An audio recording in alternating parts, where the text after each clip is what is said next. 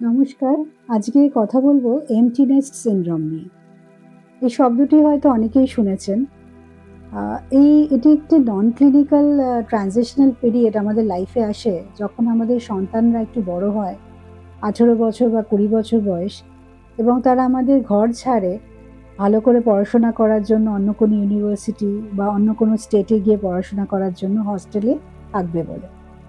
তো এই সময়টাতে আমাদের জীবনে একটা অদ্ভুত শূন্যতা নেমে আসে। যেমন ধরুন, সারা বাড়ি জুড়ে যে একটা কলরব থাকে, কোলাহল থাকে, কথাবার্তা চলে, মনোমালিন্য চলে, বা একটা ব্যস্ততা থাকে যে কি খাওয়া হবে, রবিবার দিন কি ভালো রান্না হচ্ছে, বা টিউশন ক্লাস কখন, কখন বাড়িতে ফিরবি। এই যে এই কথাগুলো, এই চিন্তাগুলো, একটা ফ্লো অফ লাইফ থাকে। সেইটা কেটে গিয়ে হঠাৎ যেন একটা পিন ড্রপ সাইলেন্সে পরিণত হয়। আরেকটা হচ্ছে আমাদের আইডেন্টিটি ক্রাইসিস।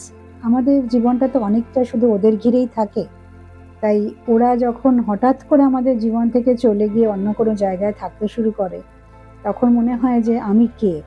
আমি অ্যাকচুয়ালি এতদিন ধরে কি করেছি? একটা লস অফ পারপাস মনে হয়। মনে হয় যে বাকি জীবনটা কিভাবে কাটাবো? তো এই সময়টায় যেটা আমাদের করা উচিত সেটা হচ্ছে যে নিজেদের খুব সুন্দরভাবে হ্যান্ডেল করা, যাতে সন্তানদেরও জীবনে আমরা একটা এক্সাম্পল হিসেবে সেট করতে পারি যে তাদের এগিয়ে যাওয়ার জন্য আমরা কতটা স্যাক্রিফাইস করতে পারি, বা আমরা কতটা খুশি এবং আমরা কতটা সুন্দর করে তাদের বড় করেছি। তো এই সময়ে সবথেকে ভালো হয় আমরা যদি অ্যাকনলেজ করি যে আমাদের জীবনে একটা চেঞ্জ এসছে এবং অ্যাকচুয়ালি আমাদের মনে দুঃখ বা কষ্ট হচ্ছে। তার জন্য নিজেকে জাজ না করা, কারণ এটাও একটা ফ্লো অফ লাইফ।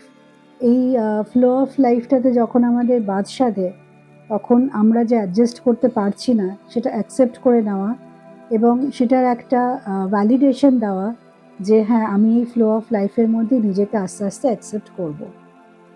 রিলেশনশিপগুলোকে রিডিফাইন করা। যেমন ধরুন, সাপোজ আপনি এতদিন ধরে আপনার সন্তানের জীবনে একটা ম্যানেজারিয়াল পোস্টে ছিলেন। এবার আপনি নিজেকে ভেবে নিন যে আপনি এখন একজন কনসালটেন্ট হয়ে গেছেন। কারণ ফোন কিন্তু সে আপনাকে করবেই। সে যখনই কোনো ছোটোখাটো অসুবিধায় পড়বে, এবং সে অসুবিধায় পড়বেও। কারণ তারও তো একটা লাইফে বিরাট বড় চেঞ্জ এসছে। সুতরাং সেই সময় আপনি দূর থেকে তার লাইফে কনসালটেন্ট হিসেবে বা গাইডেন্স হিসেবে তাকে অনেক কিছু দিতে পারবেন। পার্টনারের সাথে সম্পর্ককে আরও সুদৃঢ় করা।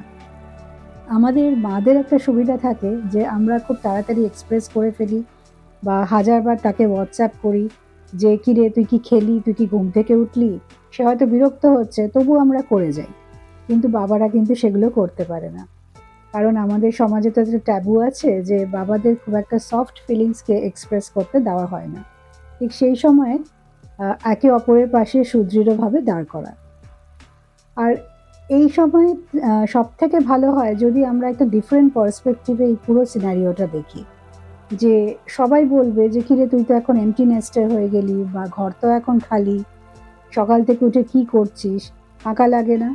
এই কোয়েশ্চেন্সগুলো যখন ফেস করতে হয়, তখন এগুলো খুব সত্যিকারেরই, যে এই ফিলিংসগুলো আমাদের সত্যিই হয়। কিন্তু তার সাথে এটাও ভেবে নেওয়া যে আমি তো এমটি নেস্ট হয়েছি, কিন্তু আমি অ্যাকচুয়ালি বার্ড লঞ্চেরও। আমি একটা পাখিকে খুব সুন্দর করে উড়তে শিখিয়েছি। তো এই যে পাখিকে উড়তে শেখানো, নেস্ট, পাখির বাসা, এই কথাগুলো যখন আমরা বলি, তখন দেখা যাক যে অ্যাকচুয়াল পাখিরা কিভাবে তাদের বাচ্চাদের উড়তে শেখায়। এবং একটা আমাদের মিসকনসেপশন আছে যে যখন পাখির বাচ্চারা একটু বড় হয়, তখন নেস্টের ধারে এসে মা পাখিরা বাচ্চাকে পুশ করে দেয় উড়বার জন্য। কিন্তু এটি কিন্তু অ্যাবসলিউটলি রং। এই যে ওড়বার প্রসেসটা, সেটা কিন্তু অনেকটা লং, এবং তার মধ্যে অনেক ধৈর্য থাকে, অনেক ম্যানিপুলেশন থাকে, এবং অনেক ডিসিশন মেকিং স্কিলস থাকে।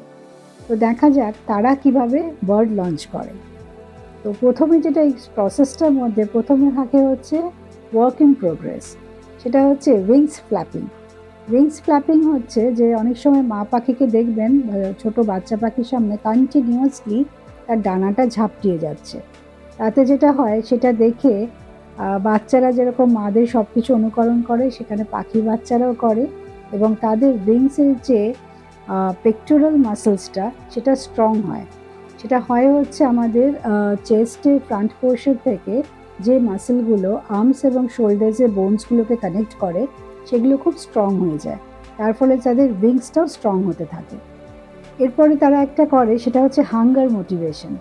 যখন বাচ্চাগুলো একটু বড় হয় তারা কিন্তু আর খাবার এনে বাচ্চাদের একদম কাছে এনে তাদের মুখে ঢুকিয়ে দেয় না। তারা একটু দূরে বসে খাবারটি নিয়ে এবং এমন একটি ডালে বসে যাতে সেটা বাসার সাথে সমান্তরাল থাকে। তখন পাখি বাচ্চাটি সেটা দেখে যে ছোট্ট ছোট্ট জাম্প করে মার কাছে যায় এবং তার ফলে সে ব্যালেন্স করা শেখে যে কিভাবে একটি সরু ডালের মধ্যে দিয়ে সে হাঁটতে পারে। তো ঠিক সমানভাবে একইভাবে কিন্তু আমরাও আমাদের সন্তানের সাথে করতে পারি ছোট থেকে। যেমন ধরুন টডলারহুড থেকে ছোট্ট ছোট্ট কাজগুলো নিজেকে করা, যেমন জামার বোতাম আটকানো, ছোট রুমাল ভাঁজ করা, নিজের বিছানা তোলা। আরেকটু বড় হলে তার খাবারটা মুখের কাছে এনে না দেওয়া, তার চার্জার খুঁজে না দেওয়া, তার জুতো খুঁজে না দেওয়া, স্কুলের জামা কাপড় গোছানো নিজে করে নেওয়া, তারপরে ধরুন রুটিন করতে দেওয়া। এগুলো যখন আমরা করতে থাকি তখন প্রথমে হয়তো খারাপ লাগে, অ্যাকচুয়ালি কিন্তু আমরা বার্ড লঞ্চ করতে যাচ্ছি। তার পরের স্টেপটা যেটা থাকে সেটা হচ্ছে যে অ্যাকচুয়াল ওড়বার জন্য যে স্কিলসটা, যেটা প্রথম যেটা থাকে সেটা হচ্ছে যে মা পাখি যেটা করে যে এটাকে বলা হয় হচ্ছে ট্রি নেস্টার। ট্রি নেস্টার মানে হচ্ছে সে ঠিক তার নেস্টের নিচের ডালটায় গিয়ে ছোট্ট একটা জাম্প করে বসে, যাতে বাচ্চা পাখিটি সেটি দেখে সেও ছোট্ট জাম্প করে বসতে পারে। এটাকে বলা হয় কন্ট্রোলড ফলিং। যাতে সে পড়ে গেলেও যদি ওখান থেকে সে পড়েও যায়, ছোট ডালটা ডিস্টেন্সটা এতটা কম থাকে এবং একটু মোটা ডালে গিয়ে বসে, সেই জন্য তার পক্ষে অসুবিধা হয় না। পরের স্টেপটি থাকে হচ্ছে গ্রাউন্ডিং নেস্টিং। সেটা হচ্ছে যে একটি লম্বা ডালের মধ্যে দিয়ে খুব জোরে দৌড়ে গিয়ে, মানে এটা রানিংয়ের মতন করে ফ্ল্যাপ করতে করতে উইংস, তারপরে পাখিটি উড়ে যায় এবং বাচ্চাটিও মাকে সেইভাবেই ফলো করে এবং ঠিক যেভাবে প্লেন টেক অফ করে। কিন্তু এই এই প্রসেসটা হয়ে গেলেই যে একদম কমপ্লিট হয়ে গেল তা কিন্তু না। যখন বাচ্চাটি উড়তে শেখে তার মানে কিন্তু এই নয় যে মা বাবা তাকে আর দেখে না। তারা কিন্তু কন্টিনিউয়াসলি বাচ্চাটির উপর একটা ওয়াচ রাখে, মেবি ফর ফিউ উইকস, কখনো কখনো 1 মাস 2 মাসও হতে পারে। এবং তারা বাচ্চাকে ডিফারেন্ট স্পটস চেনায় যেখানে সে ভালো খাবার জোগাড় করতে পারবে। এবং যেমন আমরা বাচ্চাদের করি, ভালো কলেজ, ভালো ইউনিভার্সিটি, ভালো জায়গা খুঁজে দেওয়ার চেষ্টা করি এবং কিন্তু একই সাথে তাকে ইন্ডিপেন্ডেন্সটাও দিই। সে বাইরে একদম নিজের মতন করে থাকে, নিজস্ব খাওয়া দাওয়া, নিজস্ব খাবার গোছানো, বিছানা গোছানো সব কিছুই কিন্তু বাচ্চা নিজে করে। এবং এই ফেজটায় সবথেকে ইম্পর্টেন্ট পার্ট যেটা মা পাখিরা করে সেটি হচ্ছে ল্যান্ডিং। সেটি কিন্তু টেক অফের থেকেও আরও বেশি হার্ডার, যে যাতে সে খুব সুন্দর করে উড়ে এসে ল্যান্ড করতে পারে। শুধু তো উড়লেই হবে না, ফিরতেও জানতে হবে। তো সেইভাবে কিন্তু আমরাও আমাদের বাচ্চাকে সুন্দর করে যাতে ল্যান্ড করতে পারে এবং ল্যান্ড করার ইচ্ছা যাতে থাকে, ফেরবার ইচ্ছা যাতে থাকে, তার সাথে একটা সুন্দর সম্পর্ক বজায় রেখে কিন্তু সেটাও আমরা মেনটেন করতে পারি। যেমন এটা খুব সত্যি কথা, যখন একটি বাচ্চা বাইরে পড়তে যায় মোটামুটি বেশিরভাগ ক্ষেত্রেই দেখা যায় যে তার কিন্তু পরপর কয়েকটা বছর সে বাইরেই থাকতে থাকে এবং মোস্ট প্রবাবলি সে হয়তো আপনার যেখানে শহর বা যেখানে সে ছোটোবেলা থেকে বড় হয়েছে সেখানে কিন্তু সে সেটেল ডাউন করে না। সে হয়তো অন্য স্টেটে সেটেল ডাউন করে। কিন্তু আপনার হাতে যে তার এসেন্সটা লেগে থাকে, যে ফিরে আসার এসেন্সটা, সেটা কিন্তু অনেকটা ডিপেন্ড করে কীরকম সম্পর্ক আমরা বাচ্চার সাথে স্থাপন করেছি।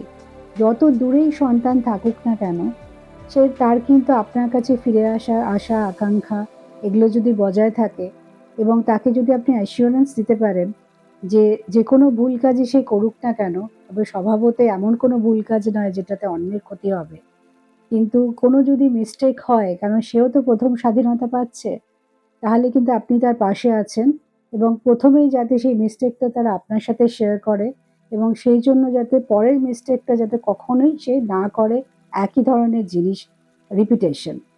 তো এইগুলো যদি আমরা একটু নজর রাখি তাহলে কিন্তু যেটা হয় যে আমাদের জীবনে শূন্যতা তো নিশ্চয়ই থাকে, কিন্তু এই শূন্যতার সাথে সাথে কিন্তু আমরা নিজেদের ভীষণভাবে একটা ট্রিবিউট দিতে পারি যে আমরা এত সুন্দরভাবে সুদৃঢ়ভাবে তাকে বড় করেছি এবং এত সুন্দর করে তাকে উঠতে শিখিয়েছি যে সে টেক অফও খুব সুন্দর করতে পারে, আবার সে ল্যান্ডিংও খুব সুন্দর করতে পারে।